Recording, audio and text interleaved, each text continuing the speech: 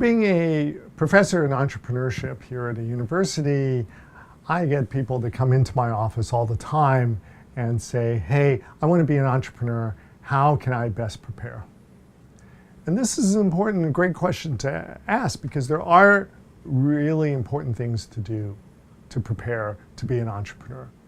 The very first thing that I say is, why do you think this is a good thing for you?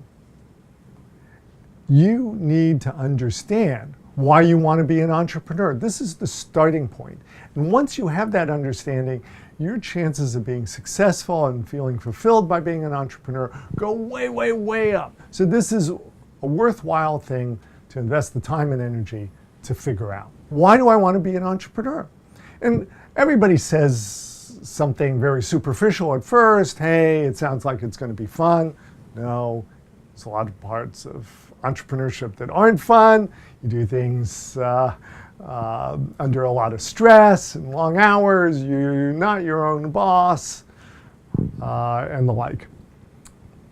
So you really want to understand why you want to do it, because that understanding and knowledge was going to propel you through the challenging, stressful times and make you feel fulfilled and happy about having done it.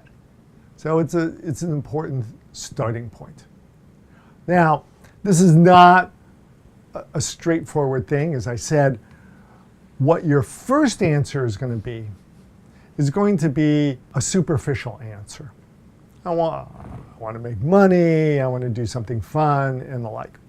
What you're describing first is what is known as your explicit motivations. So your motivations are the reason that you take action, and you have two types. You have explicit motivations and you have implicit motivations. Your explicit motivations come from your prefrontal cortex.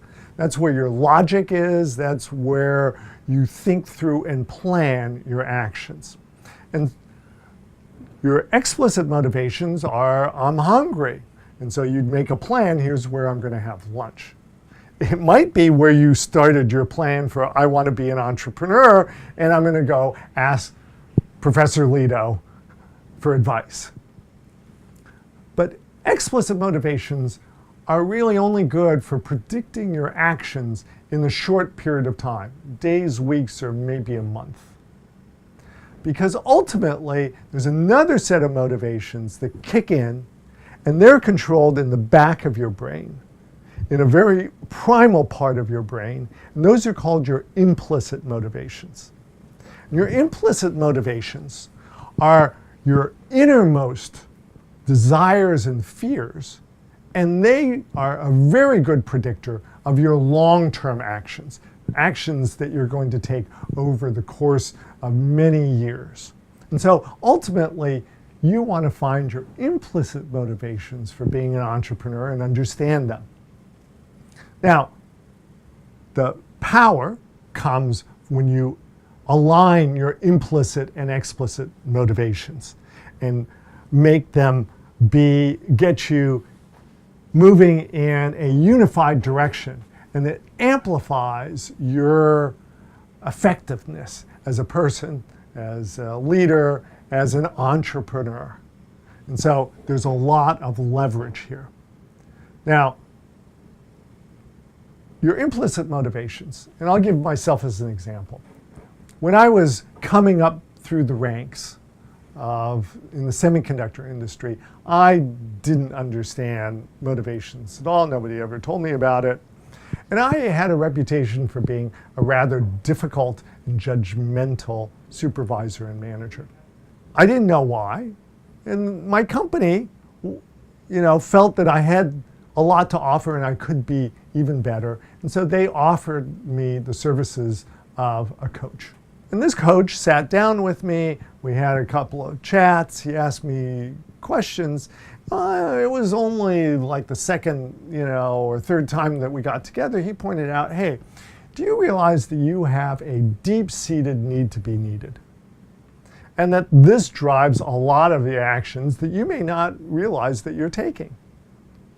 I didn't know. It was stunning news to me.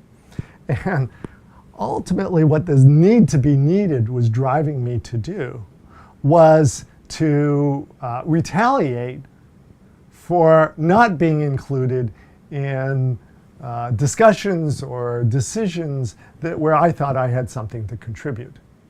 So people that were excluding me from and not needing me, I would show them that I was smarter or that their ideas were ill-founded, and this is what got me a difficult reputation.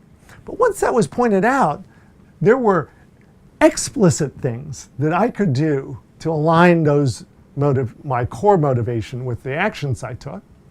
For example, like offering advice to these groups that didn't include me and say, hey, have you thought of this? Which actually turned my reputation around to one that was now a very supportive person and that was very helpful to those around them. And that reputation was something that allowed me to ultimately succeed and rise through the ranks and be president of a large semiconductor company, and then start a startup from scratch that became the global leader in its field, and also finally got me invited to come teach here at Princeton. So most important thing is lining up your explicit and implicit motivations by understanding what they are and why it is you want to be an entrepreneur.